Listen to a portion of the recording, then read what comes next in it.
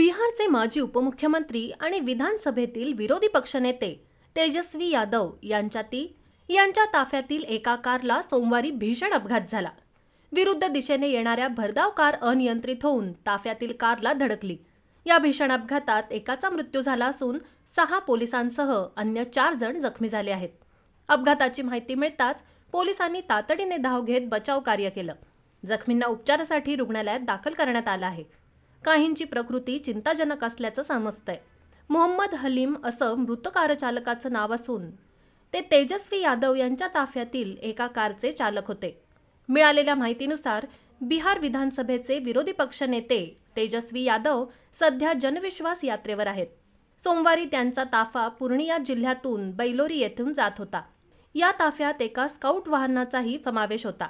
दरम्यान पूर्णिया कटिहार 4 लेन महामार्गावर कार चुकीच्या बाजूने गेली।